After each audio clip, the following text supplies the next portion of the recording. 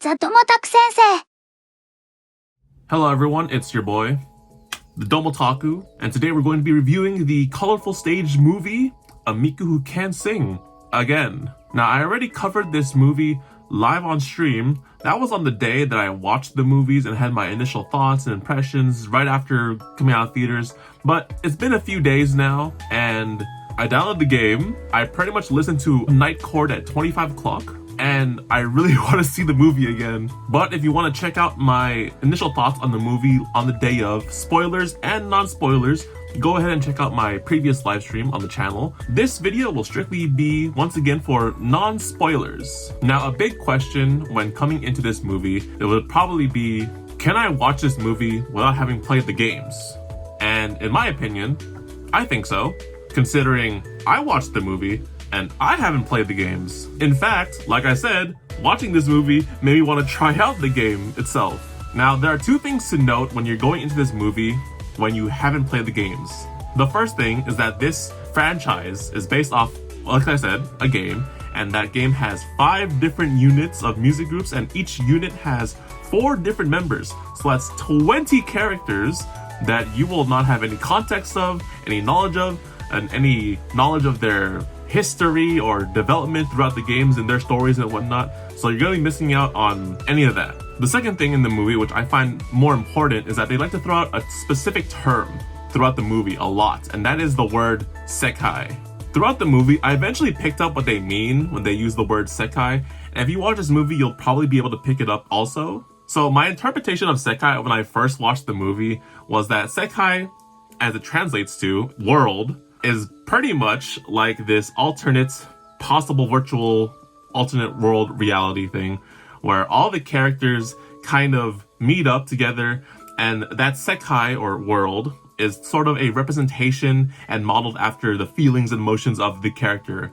You can have a sekai where you have it based off a classroom, one's a cafe, one is a literal theme park, and then one could be just empty and dark as hell. Also, within these own sekais, you have the Vocaloid characters, which also kind of represents the different themes and vibes of that sekai.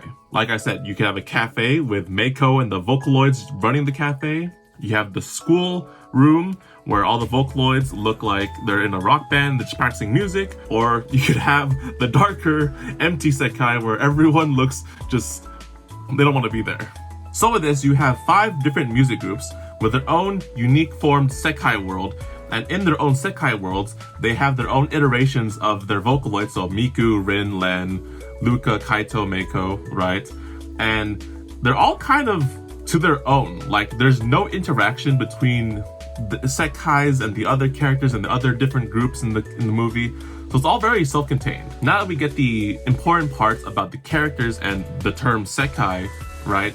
Now we can get into the general plot of the movie. As the name of the movie suggests, this movie is about a Miku who comes from a different sekai from the characters, and this particular Miku can sing.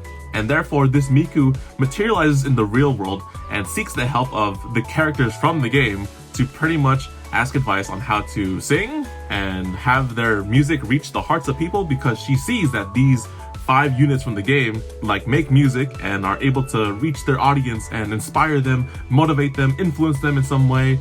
Now that is the general synopsis of the movie.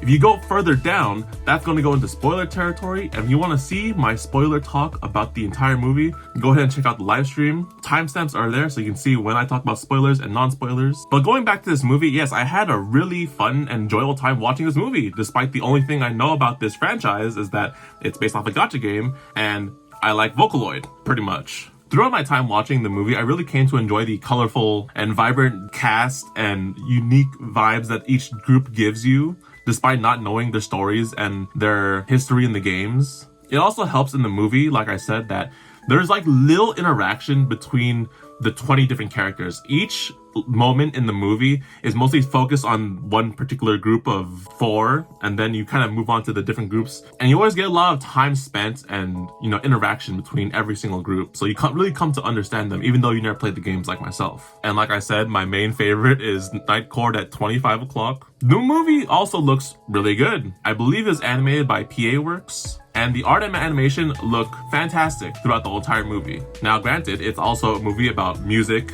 You have idols, rock bands, the works, music videos, and even throughout those scenes, it all looks fantastic. The dance choreography, the playing of the instruments, everything looks fantastic in this movie. And speaking of music, of course, this is a movie based off music. You have references to Vocaloid, you have their own original songs from the units in the game. There's a plethora of nice soundtracks in this movie, and I really love the theme song for this movie. The song is out and available. You can look it up. It's called Hello Sekai. I love that song. I love the main song. I don't remember if I put this in the review for the live edition, but like that song was, I love listening to it so much now. So afterwards, I think my biggest takeaway from the movie is just a sort of feeling of love and appreciation for Vocaloid or art fans or fans of music and that kind of thing, because like I said, I had no knowledge of games, but I really found it just like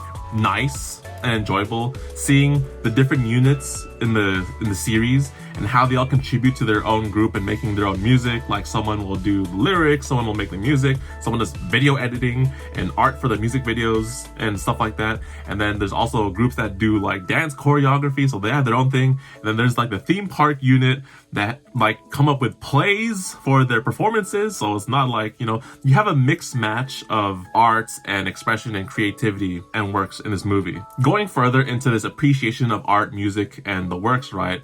I think another thing I really like about this movie is just how it relates to just reality. So in this movie, you have characters being influenced, inspired, motivated through the works that the units create, like their music, their art, their creation, right? And it's a little bit of a plot point in the movie on how the Miku, who can't sing, wants to be able to sing and have her music reach the hearts and influence and inspire these particular people, and she doesn't know how to do that. Now, anyone coming in to watch this movie might be a fan of Vocaloid themselves and have, you know, come across Vocaloid music or creation or works throughout the internet and the works, right? And in a sense, in the movie, there are scenes like that where you have people be inspired and listening to Miku, and it's like, oh, hey, look, it's Miku, and, you know, and then like just like, you know, walking around the street and they hear music playing or some kind of performance going on, and they're just like, you know, it's like, wow, that was like really good and stuff. The collaborative efforts between every single member of the units to create like, you know, music, arts, or anything along those lines is just a nice feeling, honestly. And they're all just inspired by Vocaloid, pretty much. You have a lot of characters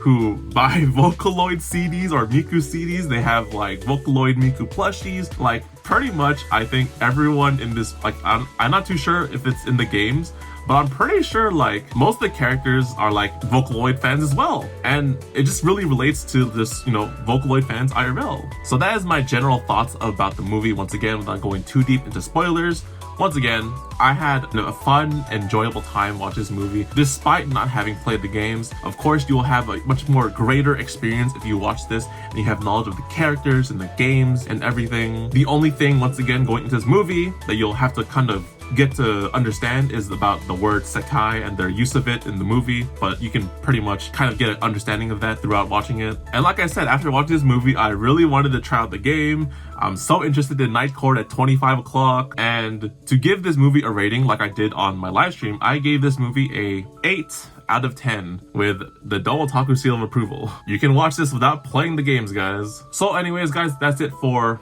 this video. Thank you for watching. Leave a like if you enjoyed, subscribe, and hit the bell so you're notified for any future uploads or streams. And leave a comment below if you guys have played the games, you guys watched the movie, you watched the movie without playing the games. Let me know what your favorite Vocaloid song is. Just let me know your thoughts and feelings in the comment section below. And I will see you all next time. Peace.